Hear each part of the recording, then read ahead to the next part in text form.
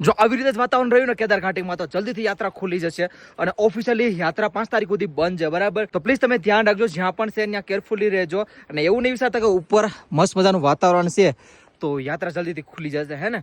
જો ઓફિશિયલી છે ને ભાઈ 5 તારીખ સુધી યાત્રા બંધ જ રાખેલી છે અને એવી પણ વાત મળી છે સોનપ્રયાગમાં 4-5 દિવસથી રોકાણા હતા ને તો એની ગવર્મેન્ટે પોલીસ ચોકી હતી આગળ જવા દીધા છે, મતલબ ઉપર આવવા દીધા છે, મને એવી અપડેટ મળી છે. તો પ્લીઝ તમે જ્યાં પણ છે ત્યાં સેફ રહેજો. 5 તારીખ સુધી ઓફિશિયલી ઓફ છે યાત્રા, હે ને? બરાબર ને? અને વાતાવરણ એટલું મસ્ત ખુલ્લું થઈ ગયું ને, વાહ ભાઈ વાહ.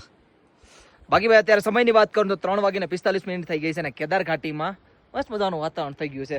બસ હવે 5 તારીખની વેઇટ છે. 5 તારીખ પછી હું આદેશ આવે નહીં ગવર્મેન્ટનો. બાકી નીચે જે રોકાણા હતા ને 4-5 દિવસથી એને તો ઉપર આવવા દીધા છે, બટ હવે ઋષિકેશથી આગળ આવવા દે કે નહીં આવવા દે કોને ખબર.